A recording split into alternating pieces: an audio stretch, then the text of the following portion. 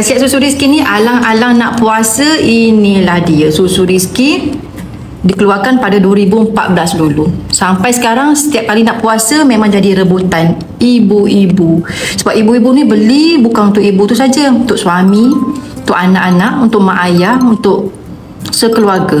Okey, sebab susu rizki ni dia membantu untuk rasa kenyang yang lama. Jadi sangat sesuai untuk anak-anak yang baru belajar nak berpuasa ataupun anak-anak yang dah terlatih berpuasa tapi nak membantu anak-anak kita rasa kenyang tu lebih lama.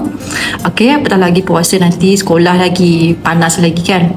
Lepas tu dia memberi tenaga yang lama, yang panjang, terutamanya ayah-ayah yang kerja kat panas, yang kerja berat.